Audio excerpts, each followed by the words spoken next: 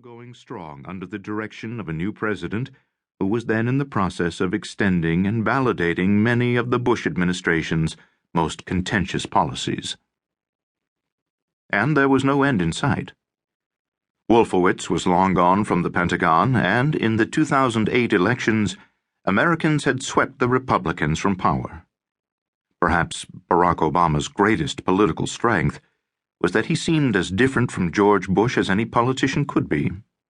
His campaign offered the promise of light following 8 years of Dick Cheney's fondness for operating on what he called the dark side. But executive power, once accumulated, is a hard thing to give up, and Obama quickly succumbed.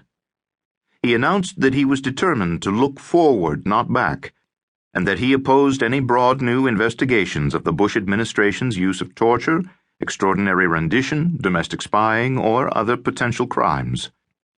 After issuing an executive order to close the prison at Guantanamo Bay on his first day in office, Obama changed course and kept it open. He surrounded himself with advisers who had been deeply enmeshed in the Bush administration's most contentious national security policies. He expanded the use of drones in so-called targeted killings around the world, continued the use of military tribunals to try terrorism suspects, allowed investigators to question such suspects captured in the United States without reading them their Miranda rights, and approved the non-judicial killing of American citizens who joined al-Qaeda. He did virtually nothing to rein in widespread contracting abuse in Iraq, Afghanistan, or the broader global war on terror. He pushed for and won the authority to allow the National Security Agency, NSA, to continue to conduct broad electronic surveillance on Americans, and he went further, placing the NSA in charge of cybersecurity, giving the spy agency broad new access to the domestic internet. Senators from his own party soon began to warn that Obama was secretly expanding the government's surveillance powers even beyond those authorized by Bush.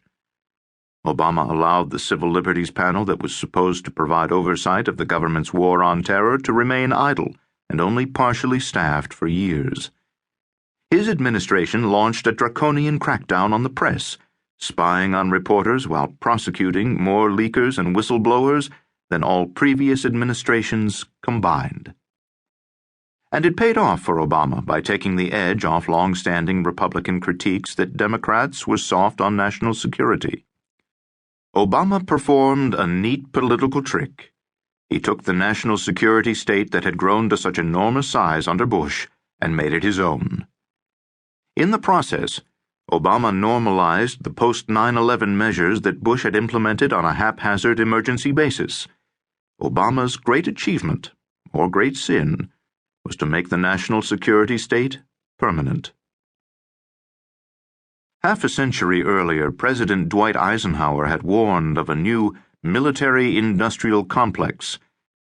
Under Bush and Obama, a parallel Homeland Security industrial complex has been born. The rise of the military-industrial complex had been fueled by fears of communism.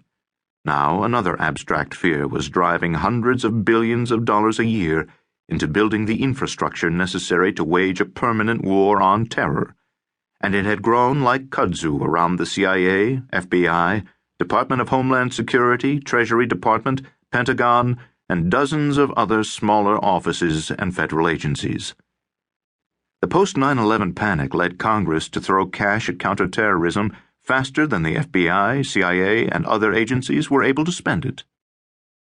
One 2012 estimate concluded that the decade of war had cost Americans nearly $4 trillion.